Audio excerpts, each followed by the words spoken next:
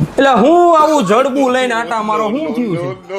કામ ધંધે જ આવી છે તળિયા મથાળા ગોતવા કઈક મારો તળિયા મતલબ બેન સેટિંગ થઈ ગયું. હવે કેમ થાય એમ નથી લાગતું હવે. એટલે આ ભલા મણાવો તમારા રોહિતભાઈ હોય પછી તમારે મૂંઝવવાનું હોય તે 12 પાસ કર્યું છે હા. તે પણ કર્યું હા. ટકા કેટલા છે? 55 તો મારો ભાઈ 5% તારે વધારે છે. ખાલી 50% હોય ને તો પણ સ્લોવાકિયા યુરોપ જેવી કન્ટ્રીમાં મોકલી દઉં તો બોલો. હું વાત કરો છો? હા ભાઈ મોકલી દો. અહીં બેહો હાલો. તમે ભલામણા ખોટા ઘોટકીના મારો આપણે થોડા હીરામાં તળિયામાં કામ પટેલના દીકરા કરે.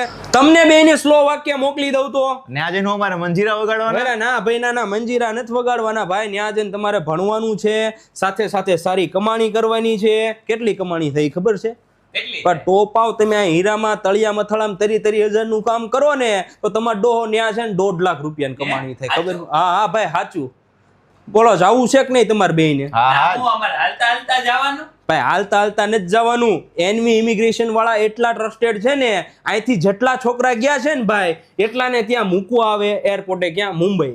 અને ત્યાં તમે ઉતરો ને એટલે તમને ત્યાંથી લઈ જાય, તમારા ઘર સુધી પણ પહોંચાડી દે, રહેવાનુંય કરી દે, જમવાનું પણ કરી દે. બોલો આ બધું કરી દે. અને ત્યાં જોબ ફાઇન્ડ કરવામાં હેલ્પ પણ કરી દે. તો આ બધો વહીવટ આવડા લોકો કરી દેતા હોય તો ઘોટકીના મારતા બનતા સીધા વ્યા જાવ, બેગ પેક કરો, નીકળો. અહીં તમારી કાંઈ જરૂર નથી તળિયા મથાળામાં. બોલો હવે આથી વિશેષ કાંઈ ફેસિલિટી જોતવી છે તમારે બેયને?